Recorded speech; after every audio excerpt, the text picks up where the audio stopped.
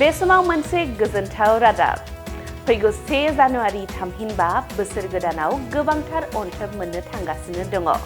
2026 मायथाइनि 1 जानुवारियाव रायजो सरकारनिफ्राय गोबां अनथोबफोरखौ मोननो थांगासिनो दङ। रेशन कार्डनि मुलाम्फागिरिफोरजों लोगोसे फरायसुला आरो लाइमोनफोराबो मोननो हागोन बे अनथोबखौ। नंगौ, रायजोनि गिबि मन्थ्रि डक्टर हिमन्त बिश्व शर्माया माखासे अनसुंथाइफोर होनो फोसावदों। बिथाङा बुंथिदों दि फैगौ 1 जानुवारिनिफ्राय माखासे गोदान अनसुंथाइफोरखौ होनाय जागोन। निजुत मयना आसनिनि गेजेरजों फरायसुलिफोरनो रांनि अनसुंथाइखौ होगासिनो दङ रायजो सरकारा। बेबादिनो फैगौ 1 जानुवारिनिफ्राय रायजोनि फरायसुलाफोरनि थाखायबो मोनसे मोजांथार आसनि फोसावनाय जागोन होननानै बुंथिदों गिबि मन्थ्रि डक्टर हिमन्त बिश्व शर्माया। हिन्जावसाफोरा जेरै निजुत मयना आसनिनि गेजेरजों सोलोंथाइ लानायाव मोजां खाबु जादों, बेबादिनो हौवासाफोरनि थाखायबो माखासे खाबुफोरखौ होनो थांखि लादों रायजो सरकारा।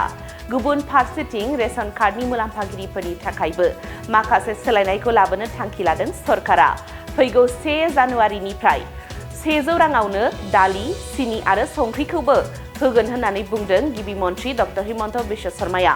मख'नो गोनांदि 1 जानुवारियाव अरुणोदयनि मुलाम्फागिरिफोरनि थाखायबो मोनसे गिदिर फोसावथाय होगोन आरो रायजोनि रोजा रोजा आइजोफोरा जानुवारि दानावनो ओंखाम संग्रा गेसखौबो मोननो हागोन होनना बुंथिदों गिबि मन्थ्रि डक्टर हिमन्त बिश्व शर्माया।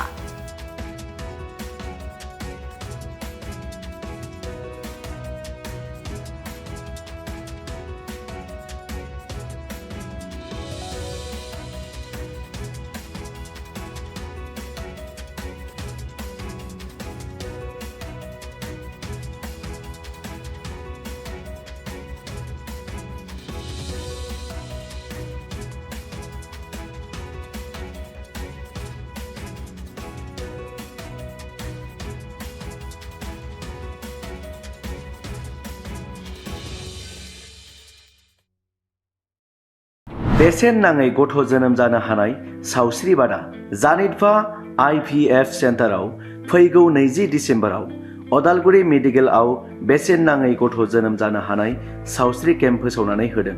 गथ' गैयै थासारिजों जुजिनाय, नैथि खेब गोर्बोआव थानो गोब्राब जानाय एबा गुबुन गायनेक'लजिकेल जेंनाफोरजों मोगा-मोगि जानांनाय जराफोरखौ बाहागो लानो थाखाय हांख्रायनाय जादों। रोंगौसा हान्जाया बेनि सायाव सुबुरुन होगोन। गथ' गैयै फाहामथाय राहाफोर, गले-गले गोर्बो गारनाय आरो IVF IUI फेलें जानाय, गायनेक'लजिकेल जेंना आरो गोबां। थावनिया जाबाय अदालगुरि मेडिकेल टाउन LP स्कुलनि साखाथियाव। फैगौ 20 डिसेम्बराव सुलाद लानो थाखाय जानबुं अनजिमा 860909400 7896004229 आव कल खालामनो हागोन। बिमा-बिफा जानायनि फारसे गिबि आगान लानायनि बे खाबुखौ दाबाव। दानो रेजिस्टार खालामनो आरो रोंगौथि गोनां सुबुरुन सिबिथायखौ लानो हागोन।